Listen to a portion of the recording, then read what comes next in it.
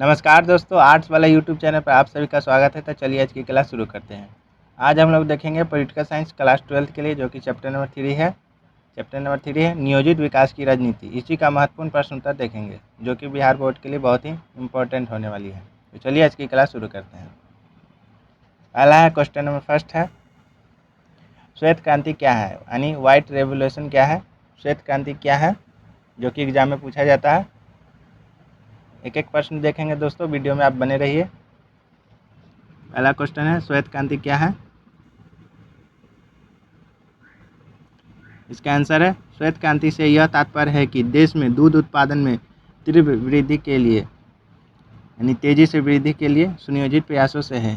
तीव्र वृद्धि के लिए सुनियोजित प्रयासों से है श्वेत क्रांति। श्वेत क्रांति का ही परिणाम है कि आज भारत विश्व में सबसे बड़ा दूध उत्पादक देश बन चुका है। श्वेत क्रांति यानी दूध से संबंधित है।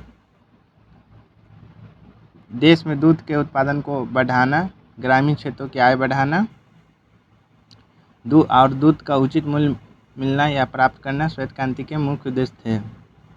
श्वेत क्रांति के मुख्य उद्देश्य थे। श्वेत क्रांति के जनक कौन है? तो डॉक्टर वर्गीन कुरियन है, जो कि एग्जाम में पूछा जाता है।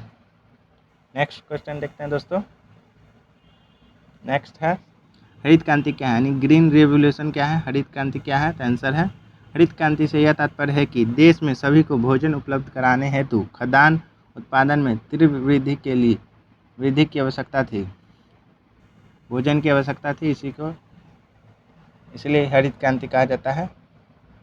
भोजन से संबंधित है हरित क्रांति, आवश्यकता थी। सरकार ने इसके लिए 1960 के दशक में किसानों को उच्च गुणवत्ता के बीज, उर्वरक, कीटनाशक और बेहतर सिंचाई सुविधा सस्ती दर पर मुहैया कराई दी किसानों को, जिसे हरित क्रांति कहा गया है। हरित क्रांति के जनक कौन है? तो एम.एस. स्वामीनाथन है, जो कि एग्जाम में पूछा जाता है। नेक्स्ट देखते हैं दोस्तों। क्वेश्चन है,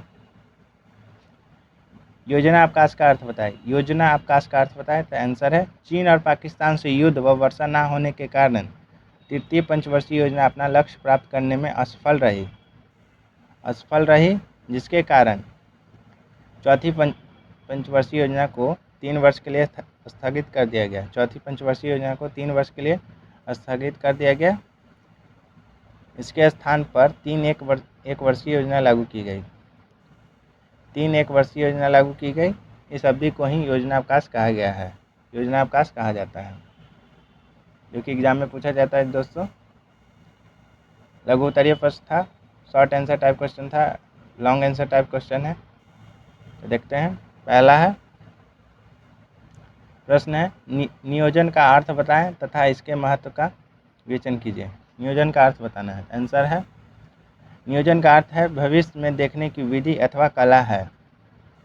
नियोजन मतलब भविष्य में देखने की विधि अथवा कला है। इसमें भविष्य की आवश्यकताओं का पूर्वानुमान लगाया जाता है, पहले से अनुमान लगाया जाता है, ताकि लक्ष्यों की प्राप्ति के लिए किए जाने वाले प्रयासों को उनके अनुरूप ढाला जा सके।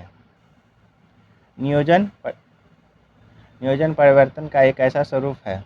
नियोजन परिवर्तन का ऐसा स्वरूप है जिसके तार्किक ढंग से लक्ष्य और साधनों के संयोजन से वांछित परिवर्तन लाया जा सकता है। नियोजन का महत्व वर्तमान परिस्थितियों को ध्यान में रखकर किसी लक्ष्य की प्राप्ति के लिए भविष्य की रूपरेखा को तैयार करने के लिए आवश्यक क्रियाकलाप के बारे में चिंतन करना आयोजन या नियोजन कहलाता है। यह प्रबंधन का प्रमुख घटक है, जो कि नियोजन का अर्थ बताता है। जान लिए दोस्तों नियोजन का अर्थ, इसके महत्व के बारे में।